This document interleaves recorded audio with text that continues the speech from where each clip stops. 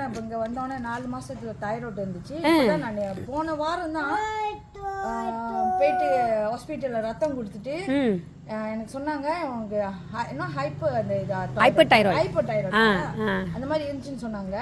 2 பாட்டில் தான் எடுத்தேன். ஒரு காஃபி கிளியர் ஆயிடுச்சு. மூஞ்சிலாம் ரொம்ப வீக்கமாயிருச்சு. நடக்க முடியல.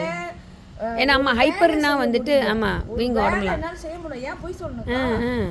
ஒரு வேலை செய்ய முடியல, நடக்க முடியல, சமைக்க முடியல, எதுவுமே இல்ல. 2 பாட்டில் தான் முடிச்சேன். Very good. நான் விட்டுட்டேன்.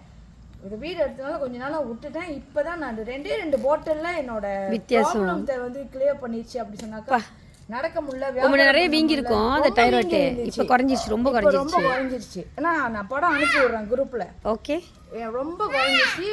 2 கையும் தூக்கி என்னால பல்லு வளர்க்க முடியல. ஆமாவா? 2 காலை வச்சு நடக்க முடியல.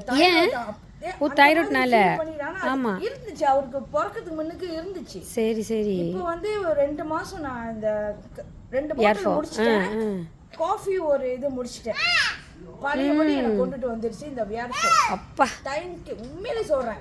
ரியலி யாரார் எடுத்து சாப்பிடணுமோ சாப்பிடுங்க. வாழணும் அப்படின்னாக்கா என் பிள்ளைங்களை பார்க்க தான் ரொம்ப கஷ்டப்பட்டேன். என்னடா இந்த தைராய்டு என்ன இந்த மாதிரி வாட்டிச்சேன்னு. உண்மையிலேயே நம்ம சீக்கு இல்லாம வாழணும் அப்படின்னாக்கா இதுதான். அங்க